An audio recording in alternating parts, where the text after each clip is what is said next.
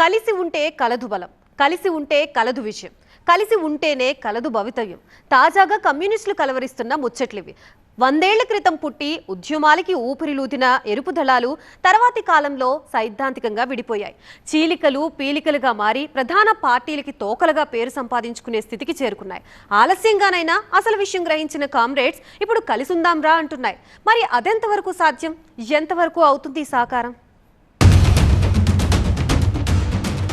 కమ్యూనిస్టుల పునరేకీకరణ సాధ్యమా? కకావికలమైన కామ్రేడ్స్ కలుస్తారా? చీలికలపై ఇప్పుడు చింతిస్తున్నారా? కలిసొందాంరా అంటున్న ఎర్రన్నలు పేరుకే కమ్యూనిస్టులు, కానీ ఎవరి దారి వారిది, ఎవరి సిద్ధాంతం వారిది. అందుకే పూడ్చలేని గ్యాప్ ఏర్పడిపోయింది, తీరని నష్టం జరిగిపోయింది.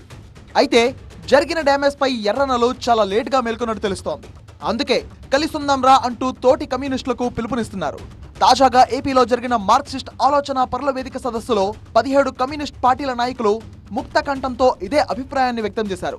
కమ్యూనిస్ట్ ఉద్యమానికి 100 ఏళ్లు నిండుతున్న సందర్భంగా ఉద్యమ పురోగమనం, ఆవశ్యకత, అవకాశాలు, అవరోధాలు అనే స్పెషల్ టాపిక్ పై జరిగిన చర్చలో ఇదే అంశాన్ని ప్రస్తావించారు కామ్రేడ్స్.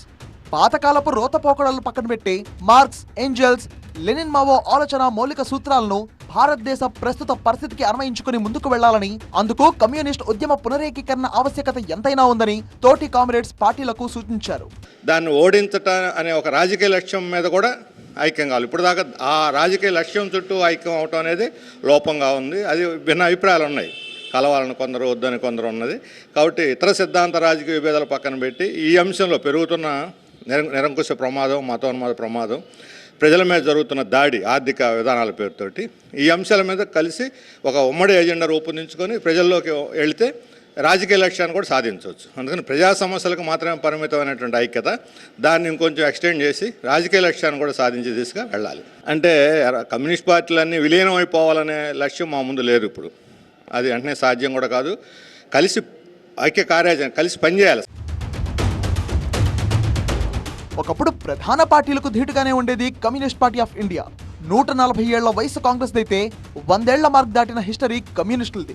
దాదాపు సమకాలీనమైన కాంగ్రెస్ పార్టీ ఇప్పటికీ దేశ రాజకీయాల్లో క్రియాశీలకంగా ఉంటే కమ్యూనిస్టులు మాత్రం కాలచెల్లిపోతున్నారు.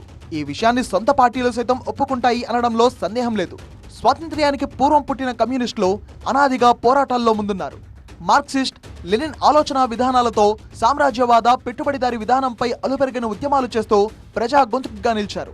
కానీ కాలక్రమేణా తాము పాటిస్తున్న సిద్ధాంతాల్లోనూ విభేదాలు వచ్చి వర్గాలుగా చీలిపోయారు కమ్యూనిస్టులు. అయితే దశాబ్దాల విడివిడి ప్రయాణంలో పూడ్చలేని నష్టం జరిగిన తర్వాత అంతా కలిస్తే బాగుంటుందంటూ తీరిగ్గా ఆలోచన చేస్తున్నారు ఎర్రనేతలు. కమ్యూనిస్టుల కహానీ చిన్నదేం కాదు.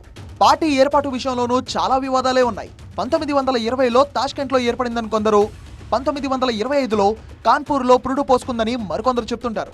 అయితే బ్రిటిష్ ప్రభుత్వానికి, భాగస్వాములకు వ్యతిరేకంగా ఉవ్వెత్తున ఎగిసిపడిన ఉద్యమాల్లో ఈ పార్టీదే కీలక పాత్ర.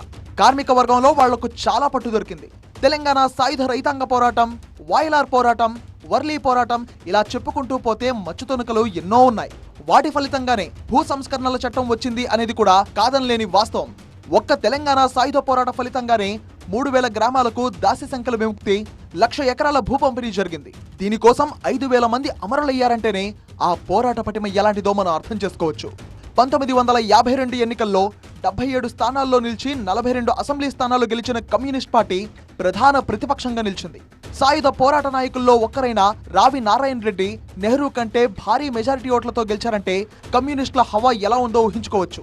అంతేకాదు, నాడు పార్లమెంట్లో కూడా ప్రధాన ప్రతిపక్షంగా నిలిచిన చరిత్ర కమ్యూనిస్టులది. 1957లో కేరళలో అత్యధిక సీట్లు సాధించిన కమ్యూనిస్ట్ పార్టీ తొలిసారి ఓ రాష్ట్రాన్ని సైతం చేజిక్కించుకుంది. 1964లో ఏర్పడిన చీలిక కమ్యూనిస్టులకు పెద్ద దెబ్బ. పార్టీలో భారీ స్థాయిలో విభేదాలు తలెత్తాయి.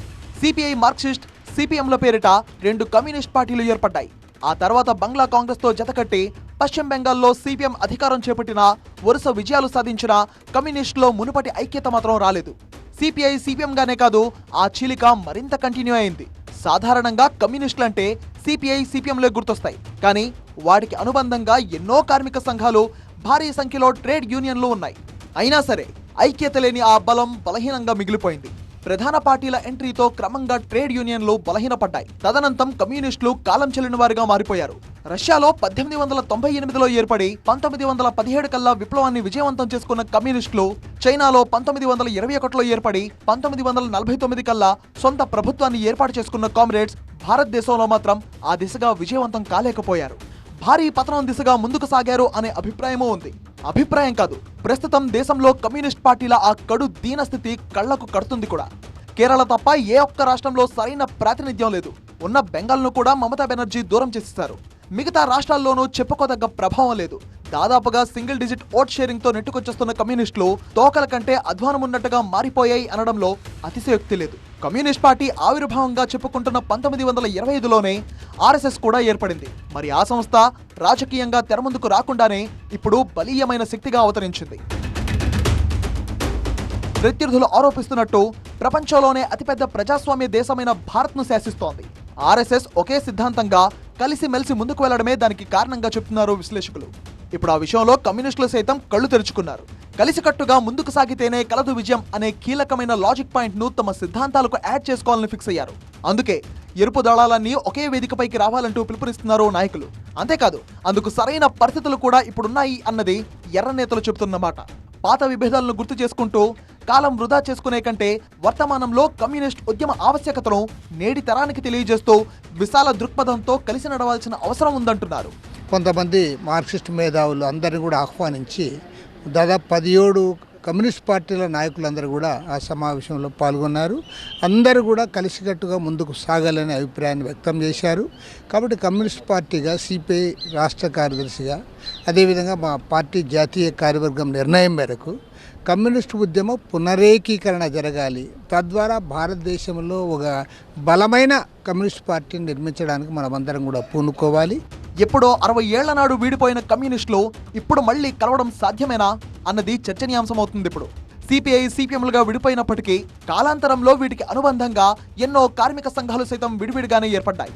విశాఖ ఉక్కు మొదలు ప్రతి ఉద్యమంలోనూ విడివిడిగానే పోరాటం చేశాయి, ఇంకా చేస్తున్నాయి. సో మళ్లీ వీళ్ళు కలిసే అవకాశం లేదా అంటే అది ఒక్కసారిగా జరిగే పని కాకపోవచ్చు, కానీ అనుకుంటే సాధ్యం కాకుండా కూడా ఉండకపోవచ్చు. కొన్నేళ్ల క్రితం 3గా చీలికై సిపిఐ మళ్లీ ఒక్కటైన సందర్భం మన ముందరే ఉంది. ఇప్పుడు తాజాగా 17 కమ్యూనిస్ట్ పార్టీలు అదే అభిప్రాయాన్ని వ్యక్తం చేశాయి. గల్లీ నుంచి ఢిల్లీ దాకా ఉన్న కమ్యూనిస్టులో ఇదే భావన సాధ్యమా, ఇదే రకమైన అభిప్రాయం వస్తుందా అన్నదే కీలక అంశం.